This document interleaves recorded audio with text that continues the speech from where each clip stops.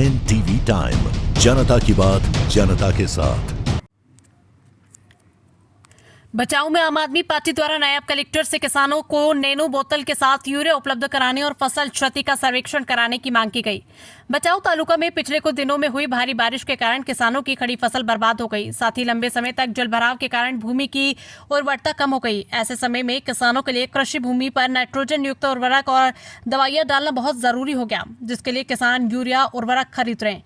ऐसे समय में बचाव तालुका के रासायनिक उर्वरक और दवा व्यापारी किसानों को यूरिया उर्वरक के साथ nano DAP 1 litre sulphur 20 kilogram जैसे अन्य उत्पाद खरीदने के लिए मजबूर करें। अगर किसान ऐसे अतिरिक्त उत्पाद लेने से इनकार करते हैं तो व्यापारी किसानों को यूरिया उर्वरक भी नहीं देते। इस प्रकार यूरिया के प्रत्येक 2 से 5 बैग के लिए सभी व्यापारी किसानों को 1 लीटर नैनो डीएपी या 20 किलोग्राम सल्फर बैग लेने के लिए मजबूर करते हैं। नैनो डीएपी 1 लीटर की कीमत लगभग 600 रुपए, जबकि सल्फर की कीमत 950 रुपए है। इस प्रकार बारिश के कारण किसानों को आर्थिक नुकसान हो रहा है। ऐसे में व्यापारी किसानों को ऐसे अनावश्यक उत्पाद देकर किसानों का आर्थिक शोषण कर रहे हैं। साथ ही बचाव तालुका में अत्यधिक बारिश के कारण अधिकांश किसानों की 100% फसलें खराब हो गई है। सरकार ग्राम सेवकों के माध्यम से सर्वेक्षण कार्य करवाती है, जो अपना काम ठीक से नहीं करते। वह किसी भी समय आने वाली रिपोर्ट तैयार करते हैं और अपने सहयोगियों और अपने खेत दोनों को लाभ पहुंचाते हैं। इसलिए हम मांग करते हैं कि फसल क्षति का कार्य आपकी देखरेख में ठीक और जल्दी किया जाए, जिससे आर्थिक नुकसान से पीड़ित किसान को जल्दी मदद मिलने की सहायता मिलेगी। इस प्रकार उपरोक्त विवरण में बचाव तालुका के किसानों को यूरिया खरीदते समय अतिरिक्त राशि चुकानी पड़ रही है। ऐसी स्थिति में आपके कार्यालय से उचित कार्रवाई का आदेश दिया जाए और फसल क्षति का शीघ्र सर्वेक्षण कराने के आदेश दिए जाए। एनटीवी टाइम के लिए कच्छ गुजरात से राणा अहीर की रिपोर्ट। पीराणा से आम आदमी पार्टी भचाઉ तालुका प्रमुख છું।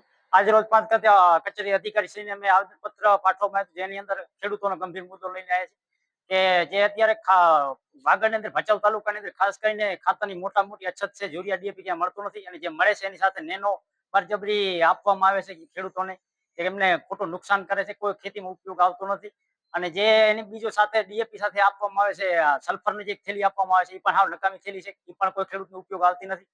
તો આજ પ્રાંત અધિકારીશ્રીને મેં એટલું કીધું કે ભાઈ આ જે વસ્તુ જોતી નથી એ વસ્તુ ના આપવામાં આવે, જેથી કરીને ખેડૂતને લાભ રહે।